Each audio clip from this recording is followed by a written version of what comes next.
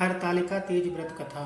एक बार भगवान शिव ने पार्वती जी को उनके पूर्व जन्म का स्मरण कराने के उद्देश्य से इस व्रत के महात्म की कथा कही थी।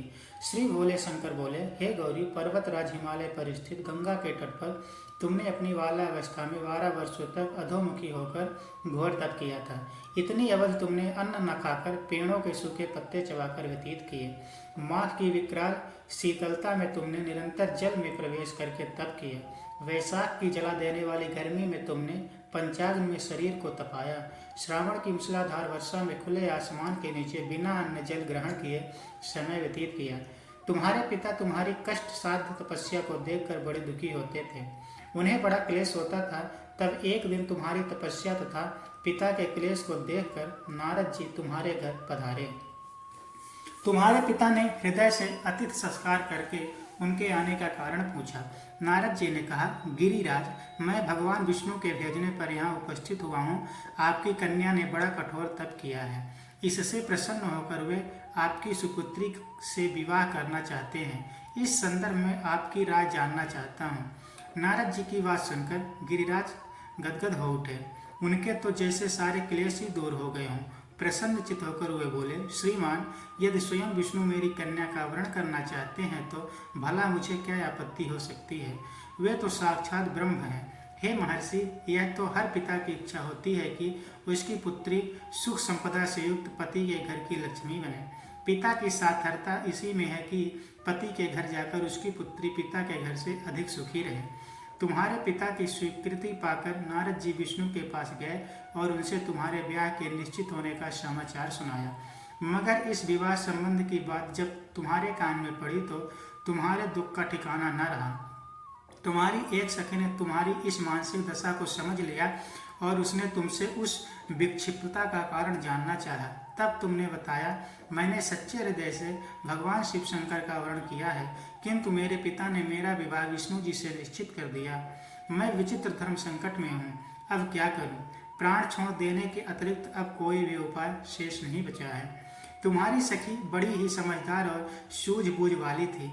उसने कहा, सखी, प्राण त्यागने का इसमें संकट ही क्या है। संकट के मौके पर धैर्य से काम लेना चाहिए। नारी के जीवन की सार्थकता इसी में है कि पति रूप में हृदय से जिसे एक बार स्वीकार कर लिया, जीवन पर्यंत उसी से निर्वाह करें। सच्ची आस्था और एक निष्ठा के समक्ष तो ईश्वर को भी समर्पण करना पड़ता है। मैं तुम्हें घनघोर जंगल में ले चलती हूँ, जो साधना स्थली भी हो और जहाँ तुम्हारे पिता तुम्हें खोज भी न पाए। वहाँ तुम साधना में लीन हो जाना। मुझे विश्वास है कि ईश्वर अवश्य ही तुम्हारी सहायता करेंगे। तुमने ऐसे ही किया। तुम्हारे पिता तुम्हें घर पर न पाकर बड़े दुखी तथा चिंतित हुए। वे सोचने लगे कि तुम जाने कहाँ चली गई। मैं विष्णु जी से उसका विवाह करने का प्रण कर चुका हूँ।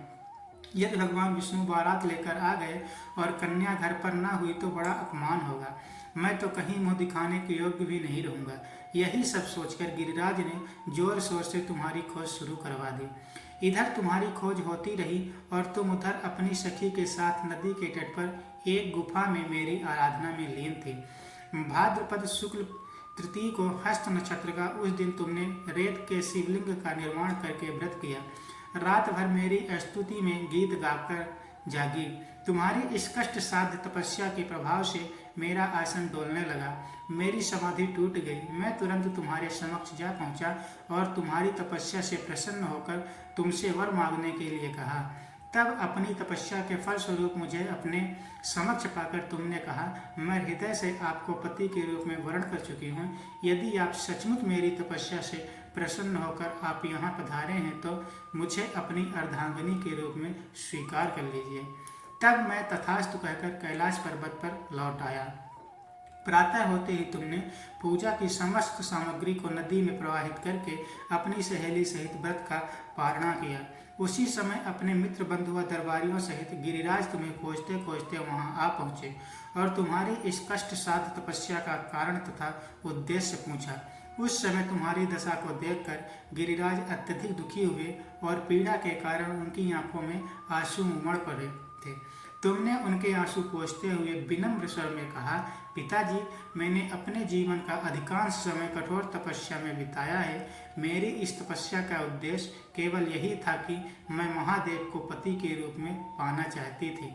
आज मैं अपनी तपस्या की कसौटी पर खड़ी उतर चुकी हूँ। आप क्योंकि विष्णु जी से मेरा विवाह करने का निश्चय ले चुके थे, इसीलिए मैं अपने आराध्य की खोज में घर से छोड़कर चली आई। अब मैं आपके साथ इसी शर्त पर घर जाऊंगी कि आप मेरा विवाह विष्णु जी से न करके महादेव जी से करेंगे। गिरिराज मान गए और तुम्हें घर ले गए। उस समय के पश्चात शास्त्रोक्त विधान पूर्वक उन्होंने हम दोनों को विवाह सूत्र में बांध दिया। हे पार्वती, भाद्रपद की शुक्ल तृतीया को तुमने मेरी आराधना करके जो व्रत किया था, उसी के फलस्वरूप मेरा तुमसे विवाह हो सका।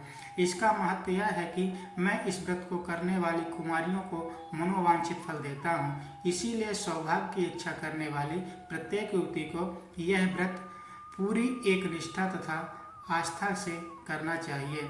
बोले शंकर भगवान की जय।